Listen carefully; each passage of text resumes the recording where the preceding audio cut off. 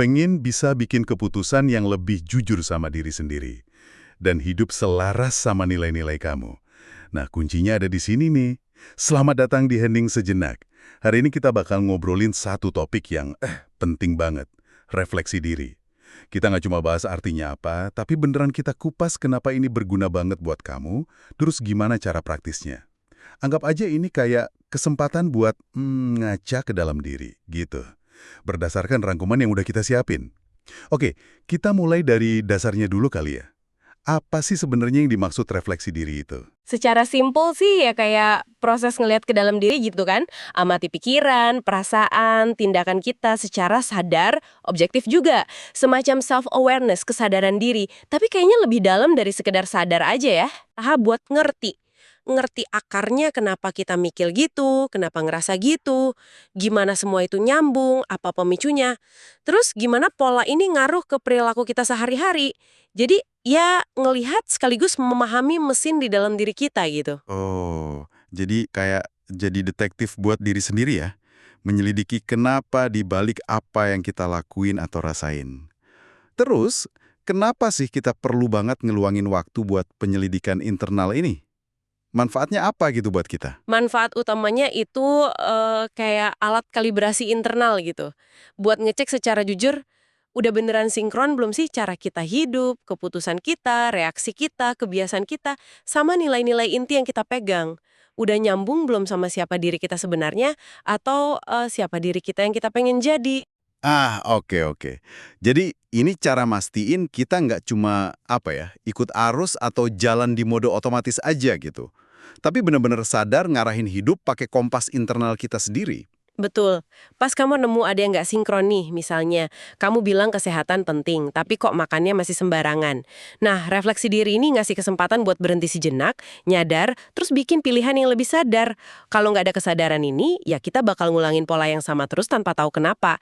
Ini fondasi banget buat bikin perubahan yang berarti, buat hidup lebih otentik. Oke, kedengarannya bagus banget ya. Tapi kan seringnya kita bingung ya mulainya gimana. Ada nggak sih cara-cara praktis gitu yang bisa langsung dicoba buat mulai ngaca ini? Ada beberapa cara yang cukup efektif. Salah satunya itu nulis jurnal. Tapi jurnal reflektif ya. Jadi bukan cuma nyatat kejadian doang, tapi lebih fokus ke respons internal kita. Apa yang kita pikirin, rasain, kenapa reaksinya gitu. Nanti lama-lama kelihatan tuh polanya, yang mungkin tadinya nggak kita sadari. Menarik.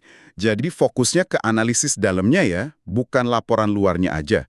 Selain jurnal, ada lagi nggak? Ada lagi, yang juga kuat banget, itu latihan mindfulness. Ini nggak harus selalu meditasi duduk diam loh ya. Mindfulness itu lebih ke ngelatih kemampuan buat ngamatin pengalaman saat ini. Pikiran, emosi, sensasi di badan.